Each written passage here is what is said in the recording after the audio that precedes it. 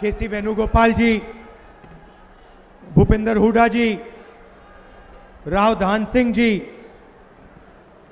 योगेंद्र यादव जी, टिक्काराम जूली जी, stage पे Congress party के वरिष्ठ नेता, भाइयों और बहनों,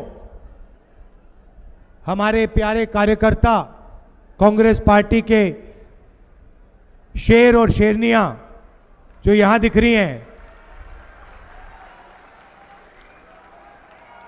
और प्रेस के हमारे मित्रों, आप सबका यहां बहुत बहुत स्वागत, नमस्कार। मूड आपका कैसा है? मूड ठीक है? कांग्रेस की सरकार आ रही है? बीजेपी जा रही है?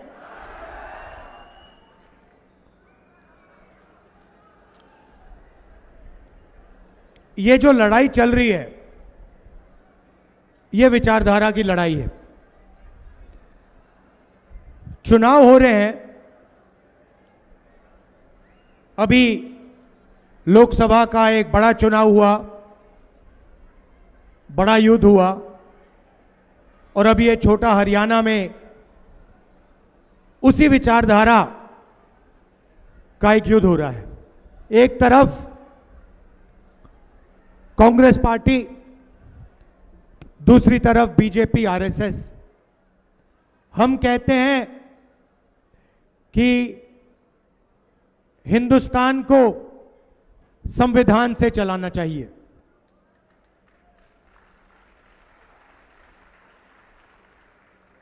हम कहते हैं कि आजादी की लड़ाई का फल ये अंबेडकर जी का, गांधी जी का संविधान है, ये सबका है, और इसमें सबको फायदा होता है। जब हम देश के बारे में सोचते हैं, विकास के बारे में सोचते हैं, प्रगति के बारे में, संस्थाओं के बारे में, सेना के बारे में, ब्यूरोक्रेसी के बारे में, यहां से शुरू करते हैं। दूसरी तरफ बीजेपी और आरएसएस, जो संविधान को मानते नहीं है, वो इसको खत्म करना चाहते हैं, नष्ट करना चाहते हैं। देखिए, ऐसे भाषण में वो आपको कभी ये बात बोल नहीं सकते हैं, क्योंकि वो जानते हैं कि देश को संविधान के साथ, देश का संविधान के साथ बहुत गहरा रिश्ता है। तो सामने आके नहीं कह सकते हैं कि हम संविधान को रद्द करना चाहते हैं, मगर जो भी वो करते हैं संविधान को कमजोर करने के लिए करते हैं। आप देखिए, मैं आपको 2-3 उदाहरण देता हूं। जब कांग्रेस की सरकार होती है, हम मीडिया पर दबाव नहीं डालते। हम चाहते हैं कि मीडिया इंडिपेंडेंट रहे और मीडिया सच्चाई बोले। बीजेपी मीडिया पे दबाव डालते हैं, प्रेशर डालते हैं, मीडिया के लोगों को डराते हैं, संविधान पर आक्रमण करते हैं। संस्थाओं को देखिए, कांग्रेस की सरकार होती है, इलेक्शन कमीशन, एजेंसीज, इन सब में हम इंडिपेंडेंस चाहते हैं। हम चाहते हैं कि ये देश की एजेंसीज हों, देश की संस्थाएं हों, किसी एक पार्टी की संस्थाएं, किसी एक व्यक्ति की संस्थाएं ना हो। और जहां भी आप देखोगे, एजेंसीज में आरएसएस अपने लोग डालते हैं, बीजेपी अपने लोग डालते हैं। यहां पुनिया जी खड़े हुए हैं, जिंदगी भर इन्होंने मेहनत की, और आपने देखा हमारे पहलवानों के साथ बीजेपी ने क्या किया। देश के सामने बिना डरे उनका एक मेंबर बलात्कार कर रहा है, सेक्सुअल हरासमेंट कर रहा है, उनको कुछ लेना देना नहीं। वो भी संविधान पर आक्रमण है, क्योंकि संविधान कहता है कि इस देश में हर महिला की रक्षा होनी चाहिए। और जब नरेंद्र मोदी जी चुप रहते हैं, जब मणिपुर जलता है और नरेंद्र मोदी कुछ नहीं कहते, 1.5 साल हो गए वहां तक नहीं, वहां गए नहीं, तब नरेंद्र मोदी संविधान पर आक्रमण कर रहे हैं।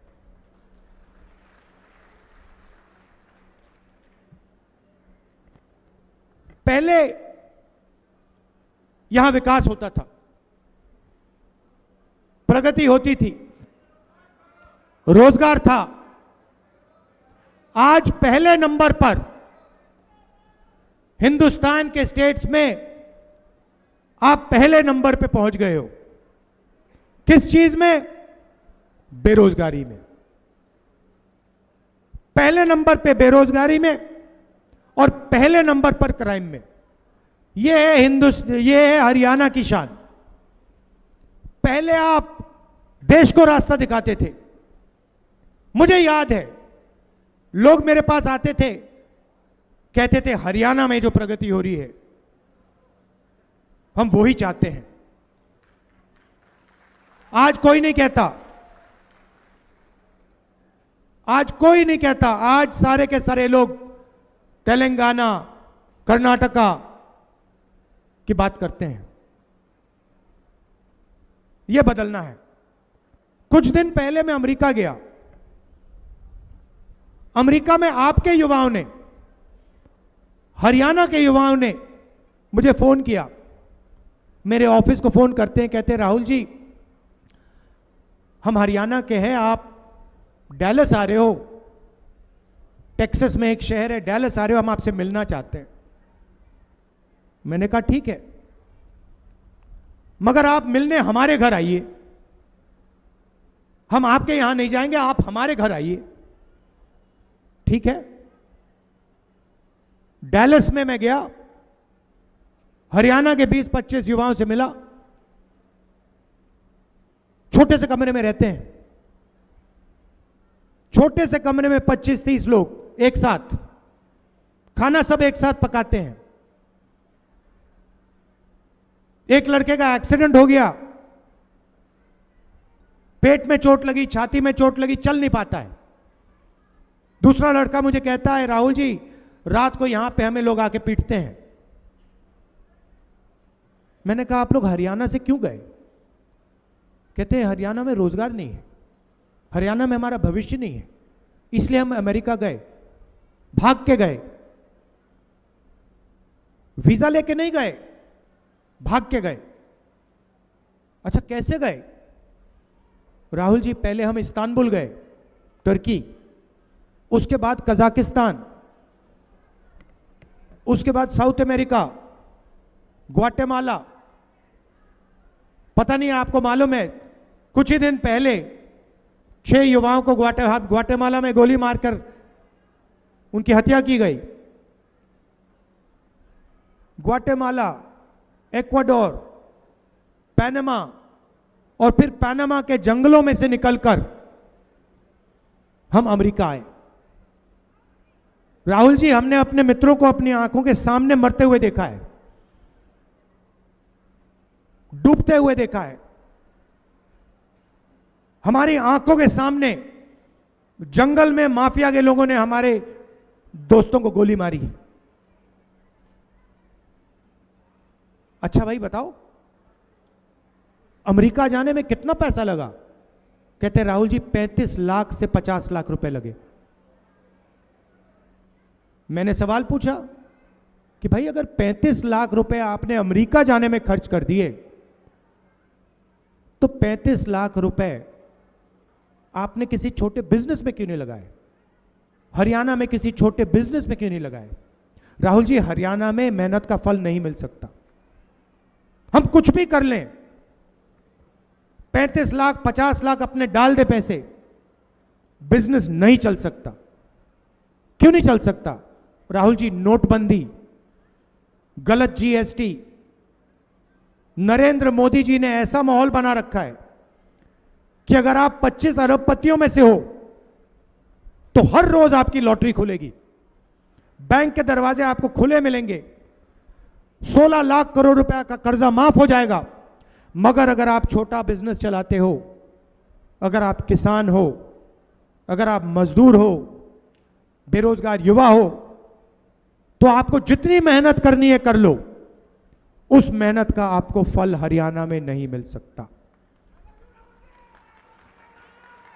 हरियाणा को दलाल चलाते हैं, हरियाणा को जो मेहनत करते हैं वो नहीं चलाते हैं। राहुल जी 35 लाख 50 लाख रुपए जमीन बेचकर,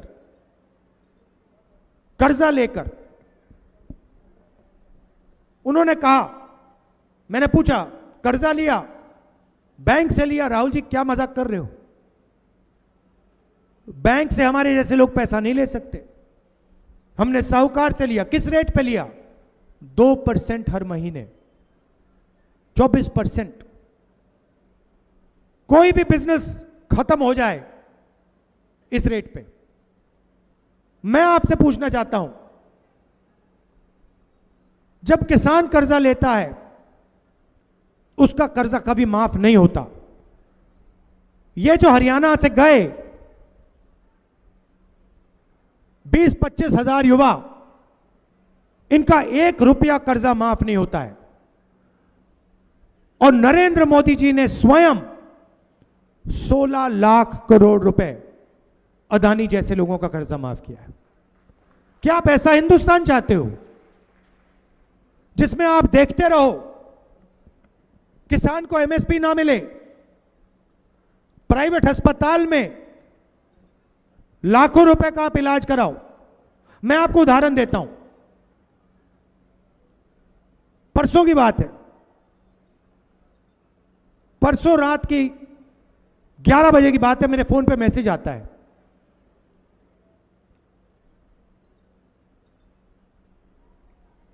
जिम इंस्ट्रक्टर का। मुझे कहता है राहुल जी मेरी मां बीमार है, मैं प्राइवेट अस्पताल ले गया और ये मुझसे 4 लाख रुपए मांग रहे हैं, मेरे जेब में पैसा नहीं है। मुझे कह रहे हैं कि आपकी मां, अगर आपने इनकी आज मदद नहीं की तो आपकी मां मर जाएंगी।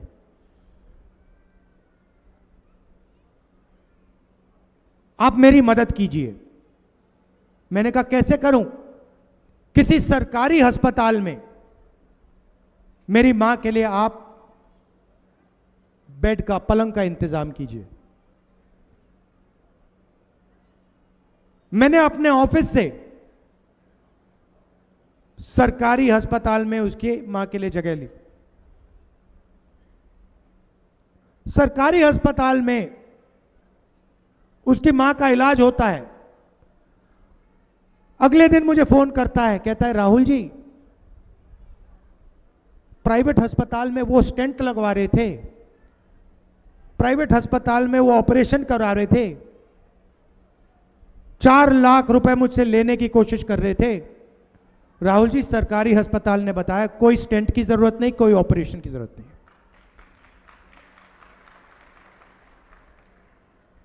आपने मेरी मां की जान बचा दी, सरकारी अस्पताल ने मेरी मां की जान बचा दी। यह हिंदुस्तान की सच्चाई है। आपको बीमारी हो ना हो, प्राइवेट अस्पताल में आप जाएंगे तो लाखों रुपए आपके जेब से निकलेंगे। बच्चे की शिक्षा करवानी हो, इंजीनियर बनवाना हो, डॉक्टर बनवाना हो, लाखों रुपए हिंदुस्तान के गरीब लोग अपने जेब से देते हैं।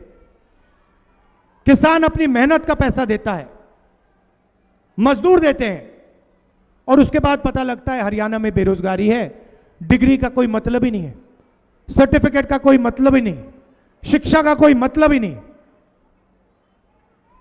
10-15 साल बाद पता लगा कि लाखों रुपए प्राइवेट अस्पताल को पकड़ा दिए, लाखों रुपए private school, private college, private university को पकड़ा दिए, और हाथ में कुछ मिला नहीं।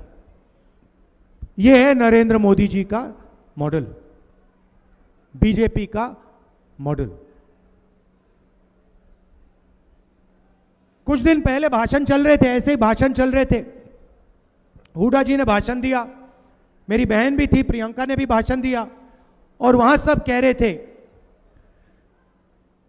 कि सबकी इज्जत होनी चाहिए, सबकी रिस्पेक्ट होनी चाहिए। मैं सुन रहा था और मैंने कहा हां, इज्जत तो होनी चाहिए। और मोदी जी 24 घंटा इज्जत की बात करते हैं कि भैया इसकी इज्जत की, उसकी इज्जत की, मगर मैंने सोचा कि भैया पैसे के बिना इज्जत का कोई मतलब नहीं है। अगर किसान का बेटा या मजदूर का बेटा भूखा मर रहा है और कोई उसकी जाके इज्जत करे तो वो इज्जत खोखली है। तो मेरा एक लक्ष्य है और मैं आपको साफ बता देता हूं, और ये जो मीडिया वाले हैं, अदानी वाले, अंबानी वाले, इनको ये बात अच्छी नहीं लगेगी।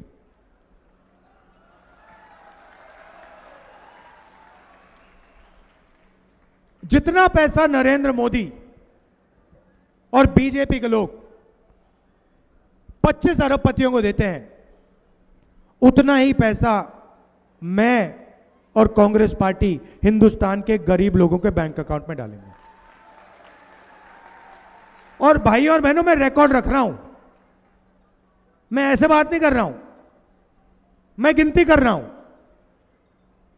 10 साल से मेरी गिनती चल रही है, और जैसे ही मौका मिलेगा, जितना पैसा उन्होंने उनको दिया ना, उतना पैसा मैं उठा के आपके हाथ में कर दूंगा। और फिर ये सारे चिल्लाएंगे, ये सारे मीडिया वाले चिल्लाएंगे, सारे टीवी वाले चिल्लाएंगे, ये देखो गरीबों की आदत खराब हो रही है, ये देखो राहुल गांधी ने गरीबों की आदत बिगाड़ दी, किसानों की आदत बिगाड़ दी, मजदूरों की आदत बिगाड़ दी। अरे भाई, अदानी अंबानी की आदत नहीं बिगड़ती क्या? उनके लाखों करोड़ रुपए माफ हो जाते हैं, उनकी आदत नहीं बिगड़ती, उनका विकास हो रहा है। और जब किसान का कर्जा माफ किया तो कहते भाई देखो आदत बिगाड़ दी। मनरेगा, मजदूरी करता है आदमी, प्रेस वाले लिखते हैं देखो गरीबों की आदत खराब हो रही है। आपने अब उनकी बहुत आदत खराब की है, अब हम इनकी आदत खराब करेंगे। मैं सिर्फ न्याय मांग रहा हूं। मेरा कहना है, अगर अंबानी का, अदानी का लोन माफ हो सकता है तो फिर किसान का लोन माफ होगा। अगर अंबानी मार्केट में चिप्स बेचता है, कैंपा कोला बेचता है, सेलफोन बेचता है, उसे सही रेट मिल सकता है, तो फिर हिंदुस्तान के किसान को सही रेट मिलेगा, एमएसपी मिलेगी और उसका कर्जा माफ होगा। और यही लड़ाई है। कॉन्स्टिट्यूशन क्या कहता है? कॉन्स्टिट्यूशन कहता है भैया सब लोग एक जैसे हैं, समानता होनी चाहिए, 36 की 36 बरादरियों को एक जैसा फायदा मिलना चाहिए। कॉन्स्टिट्यूशन यह कहता है।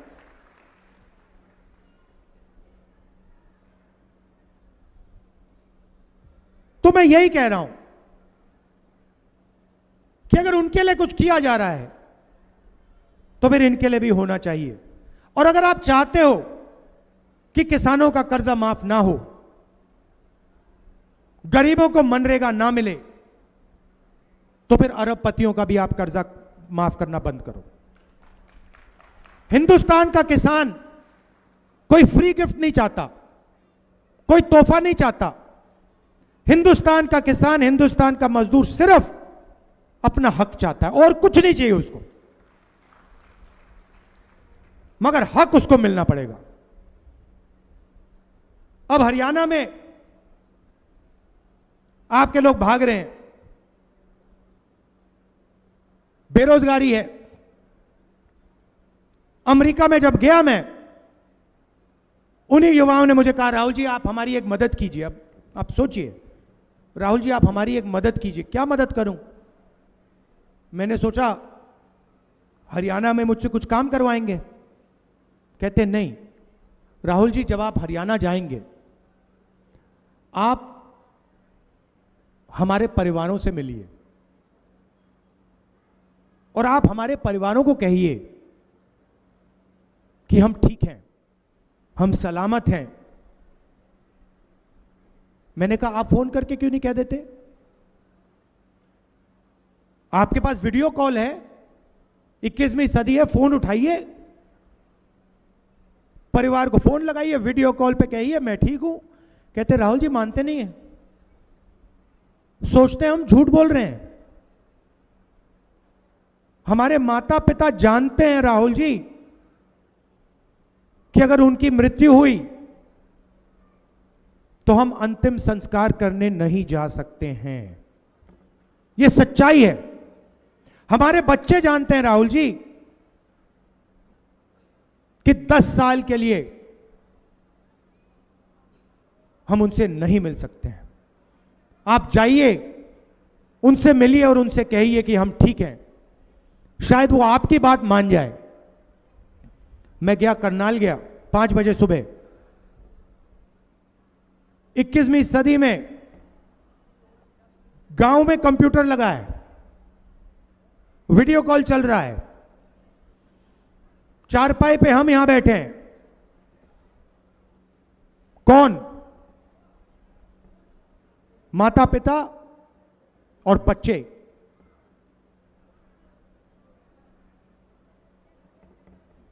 बेटे उधर, उनके बच्चे इधर, उनके माता पिता इधर और वो उधर, और बात चल रही है। मां कहती है राहुल जी मेरा बेटा वापस कब आएगा?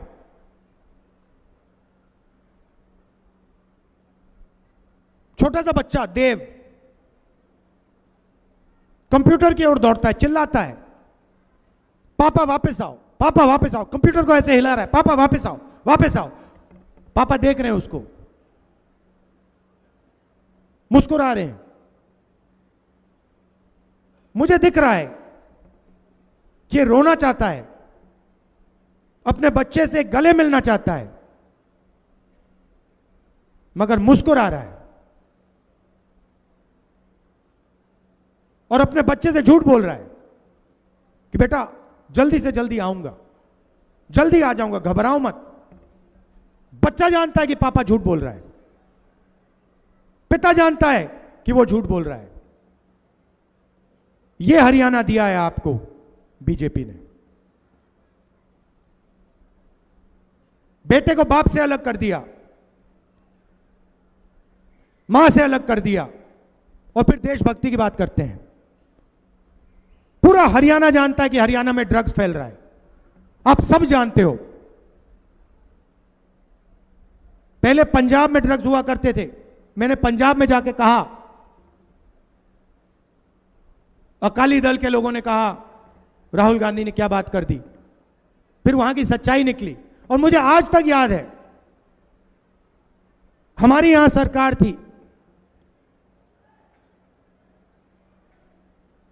और मैं पूछता था, हरियाणा के नेताओं से पूछता था, मुझे एक बात समझाइए, पंजाब में ड्रग्स आ गया मगर हरियाणा में क्यों नहीं आया? और ये कहते थे हरियाणा में ड्रग्स नहीं आ सकता है। ये कांग्रेस पार्टी ने किया है। और आज हरियाणा में ड्रग्स फैलते जा रहे हैं, फैलते जा रहे हैं। बेरोजगारी, नशा, यह बीजेपी की देन। और जब हजारों किलो हेरोइन जो आपके बच्चों को दिया जाएगा वो अदानी के मुद्रा पोर्ट में पकड़ा जाता है, तो नरेंद्र मोदी कोई कार्रवाई नहीं करते। हमारे मीडिया के मित्र कहीं नहीं दिखाते। अदानी हरियाणा के बच्चों का भविष्य नष्ट कर रहा है, इस प्रदेश का भविष्य नष्ट कर रहा है।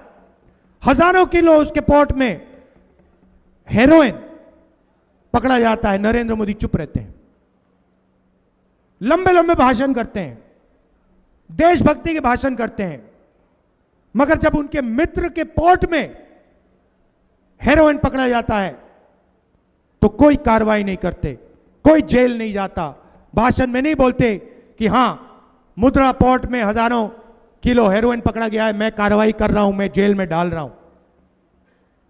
यह सच्चाई है। तो मैंने आपसे कहा कि आपके जेब में पैसा डालना है, सीधा जितना पैसा वो उनकी जेब में डाल रहे हैं उतना पैसा हम आपके जेब में डालने जा रहे हैं।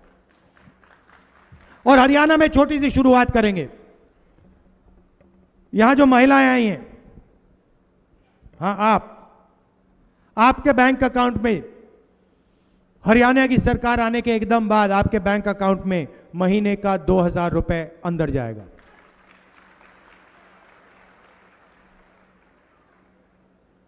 और आज आप 1200 रुपए का सिलेंडर खरीदती हैं, नहीं खरीदती हैं, 500 रुपए का सिलेंडर होगा और 700 रुपए उसके जो बचेंगे वो आपके जेब में जाएंगे।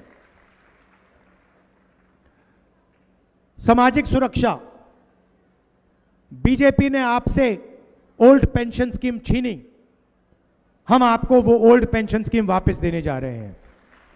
और 6000 रुपए हर महीने बुजुर्गों के पेंशन के लिए, विकलांगों के पेंशन के लिए हम देने जा रहे हैं, विधवाओं के पेंशन के लिए हम देने जा रहे हैं।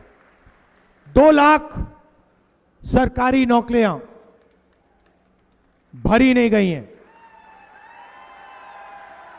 अभी आपने जल्दी ताली बजा दी, अभी तो मैंने बात ही नहीं बोली। जो जरूरी बात है तो मैंने बोली भी नहीं, अभी आपने ताली बजा दी, क्योंकि आप समझ गए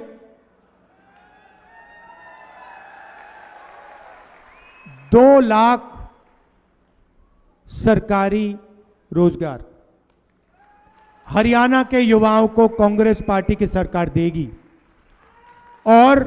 और ये सुनिए, सबसे जरूरी बात, 36 बरादरियों को ये नौकरियां मिलेंगी। समानता के साथ, आदर के साथ, रिस्पेक्ट के साथ ये 2 लाख नौकरियां हरियाणा के 36 बरादरी के युवाओं को दी जाएंगी। इसमें कोई भेदभाव नहीं होगा। 36 के 36 बरादरियों को ये नौकरियां दी जाएंगी। हमारे किसान भाई, आपको गारंटी करके हम एमएसपी देने जा रहे हैं। मिनिमम सपोर्ट प्राइस हरियाणा के किसानों को मिलेगी।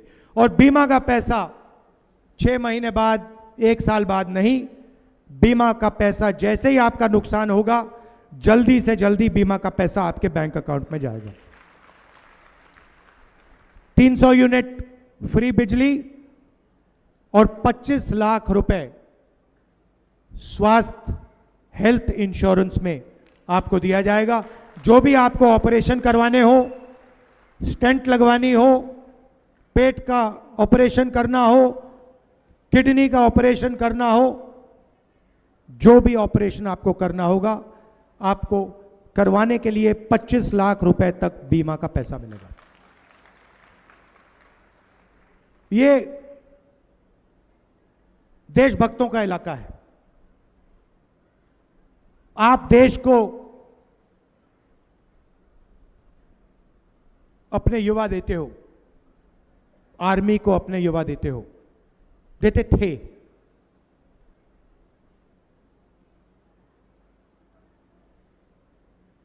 अगर आप अग्निवीर स्कीम को समझना चाहते हो, आज मैं आपको समझा देता हूं। नरेंद्र मोदी ने यह नाम दिया अग्निवीर। आप जानते हो अग्निवीर स्कीम का लक्ष्य क्या है? इसके 2 लक्ष्य हैं। यह अच्छा नाम दिया है, लेबल दिया है, अग्निवीर। इसका लक्ष्य जानते हो आप? कोई बता सकता है?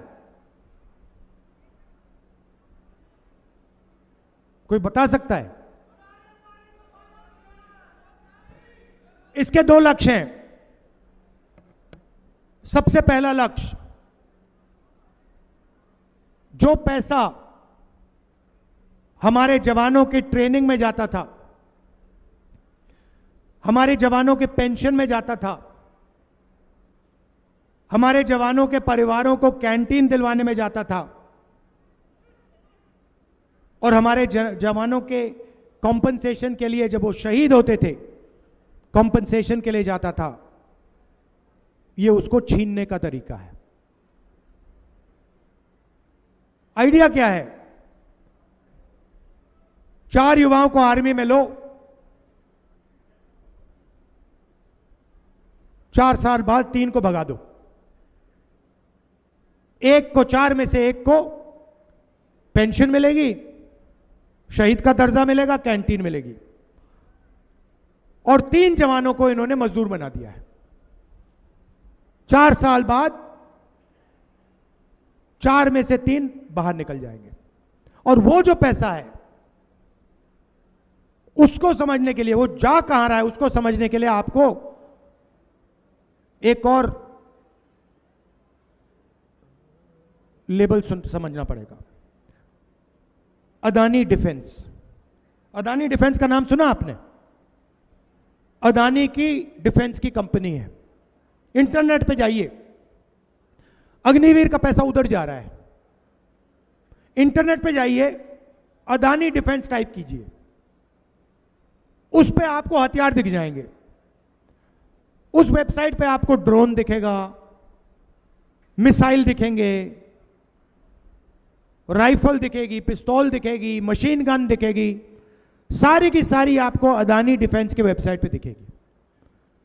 मजे की बात यह है कि अदानी उनमें से एक भी चीज नहीं बनाता। वो सारी की सारी चीजें या अमेरिका की फैक्ट्री बनाती हैं, या इजराइल के लोग बनाते हैं, या किसी दूसरे देश की फैक्ट्रियां बनाती हैं। वो माल यहां आता है, अदानी जी की फैक्ट्री में आता है, उसमें अडानी डिफेंस का लेबल लगता है, अग्निवीर के पैसे से वो हथियार खरीदे जाते हैं। आपको नरेंद्र मोदी जी कहते हैं आत्मनिर्भर भारत, मेक इन इंडिया। इस साइड से अग्निवीर के जवानों का पैसा निकलता है आपकी जेब में से और सीधा अदानी जी के जेब में जाता है। यह है सिस्टम। आपको सिर्फ 2 नाम याद रखने हैं, अदानी डिफेंस और अग्निवीर। और पूरा का पूरा पैसा जो जवानों का पैसा था वो अग्निवीर से छीना जाता है और अदानी डिफेंस में डाला जाता है। मार्केटिंग उनकी अदानी जी करते हैं, मीडिया वाले करते हैं। मोदी जी आपको भाषण देते हैं, देशभक्ति का भाषण देंगे, आत्मनिर्भरता का भाषण देंगे, मेक इन इंडिया का भाषण देंगे। मेक इन इंडिया का मतलब अदानी डिफेंस, एक लेवल लगता है ऊपर से, वो मेक इन इंडिया हो जाता है, उसका डिफेंस का पूरा पैसा उधर चला जाता है। ये सच्चाई है और पूरा देश जानता ही है। तो चुनाव में यहां पर आप कांग्रेस पार्टी को पूरा समर्थन दीजिए।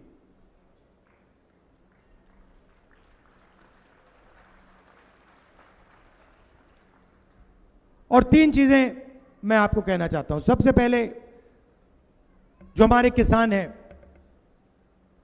आपको एमएसपी मिलेगी, और जो आपका धान नहीं खरीदा जा रहा है, जैसे हमारी सरकार आएगी आपका धान खरीदा जाएगा, शुरू हो जाएगा।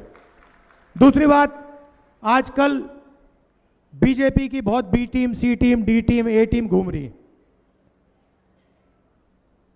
छोटी छोटी पार्टियां हैं, अलग अलग नाम हैं। लड़ाई कॉन्स्टिट्यूशन की है, हम इसको बचा रहे हैं, इसकी रक्षा कर रहे हैं, वो इसको खत्म करने की कोशिश कर रहे हैं। कांग्रेस पार्टी को आपने वोट दिया, संविधान की आपने रक्षा की। बीजेपी को आपने वोट किया, संविधान पर आपने उनको आक्रमण करने की मदद की। अंबेडकर जी का संविधान है, गांधी जी का संविधान है, आपका संविधान है। ये छोटी छोटी पार्टियों को आप छोड़िए, कांग्रेस पार्टी का पूरा समर्थन कीजिए और यहां पे भारी बहुमत से हमारे कैंडिडेट्स को जिताइए। और आखिरी बात, जो शायद सबसे जरूरी बात, कन्याकुमारी से कश्मीर तक हमने यात्रा की। भारत जोड़ो यात्रा उसका नाम था। यात्रा में हमने मोहब्बत की बात की। हमने कहा कि नफरत के बाजार में मोहब्बत की दुकान खोलनी है। और पूरे हिंदुस्तान में करोड़ों लोगों ने नफरत के खिलाफ स्टैंड लिया, करोड़ों लोगों ने मोहब्बत की दुकान खोली। यह देश नफरत से नहीं चलाया जा सकता है। अगर यहां बेरोजगारी है, अगर यहां महंगाई है, अगर यहां क्राइम बढ़ रहा है, तो इसलिए बढ़ रहा है क्योंकि जो लोग आपकी सरकार में हैं वो नफरत फैलाते हैं, हिंसा फैलाते हैं। लड़ाई संविधान की है, मगर लड़ाई नफरत और मोहब्बत के बीच है। हम मोहब्बत वाले लोग हैं। आप सब कांग्रेस के कार्यकर्ता मोहब्बत के लोग हो और लड़ाई आपकी बीजेपी की नफरत के खिलाफ है। आप सबका दिल से धन्यवाद करना चाहता हूं। आप दूर दूर से आए। हरियाणा में सच बताऊं तो मैंने आपसे कहा कि पूरा समर्थन दीजिए। आप पूरा समर्थन दे रहे हो और यहां पे हमारी सरकार आने जा रही है, स्वीप होने वाली है, आंधी आ रही है। वो पूरा देश जानता है, मीडिया जानती है, सब जानते हैं। मगर गरीबों की सरकार होगी, छत्तीस बरादरी की सरकार होगी। आप सबका दिल से धन्यवाद। नमस्कार, जय हिंद।